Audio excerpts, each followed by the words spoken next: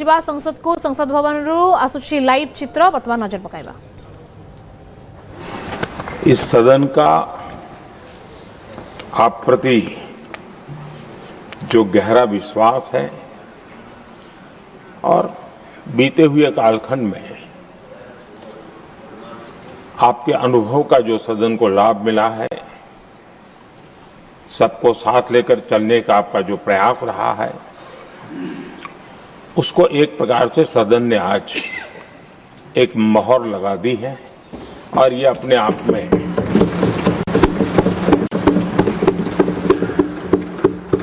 ये एक अनुभव का सम्मान है,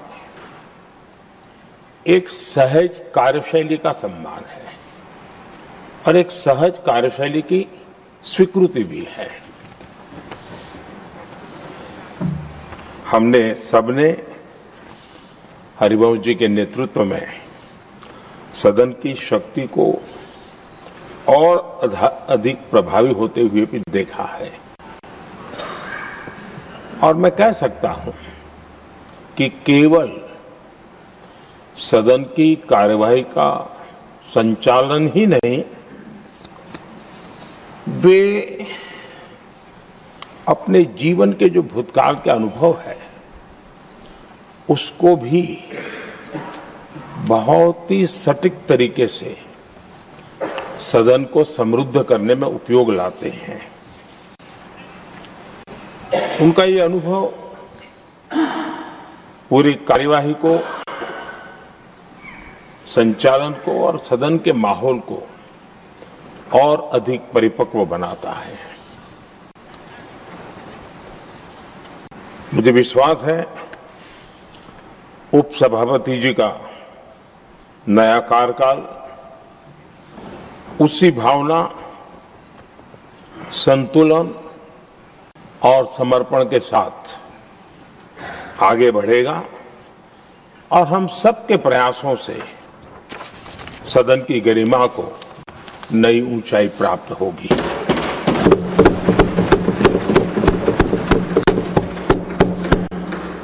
आदरणीय सभापति जी, हरिवंश जी का जन्म जेपी के गांव में हुआ और सहज रूप से ग्रामीण पृष्ठभूमि के कारण उन्होंने अपने गांव के विकास में विद्यार्थी काल से भी कुछ न कुछ करते रहे। उनकी शिक्षा दीक्षा काशी में हुई और इन सारे विषयों पर मुझे भूतकाल में बोलने का अवसर मिला तो मैं काफी कुछ कह चुका हूं, इसमें से आज को दोहराता नहीं हूं। एक बात का उल्लेख आज जरूर मैं करूंगा। आज 17 अप्रैल है और 17 अप्रैल 1927 हमारे पूर्व प्रधानमंत्री चंद्रशेखर जी की जन्म जयंती भी है।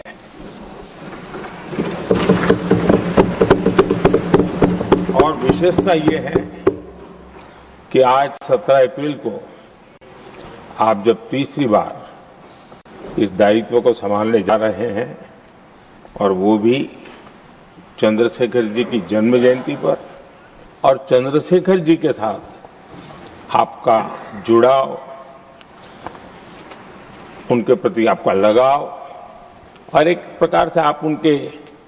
सहयात्री रहे उनके पूरे कार्यकाल में, तो ये एक अपने आप में एक बहुत ही बड़ा सुयोग है। आपने चंद्रशेखर जी के जीवन पर किताबें भी लिखी हैं और चंद्रशेखर जी के एक बृहद जीवन को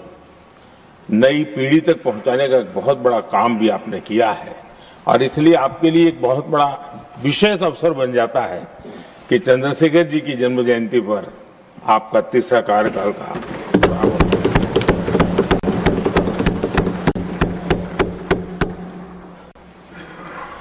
हरिवंश जी का सार्वजनिक जीवन केवल संसदीय कामों तक सीमित नहीं रहा है। पत्रकारिता के उच्च मानदंड अभी आज भी आदर्श के रूप में रेखांकित किए जाते हैं। लंबा जीवन पत्रकारिता का रहा, लेकिन वर्तमान समय गोटे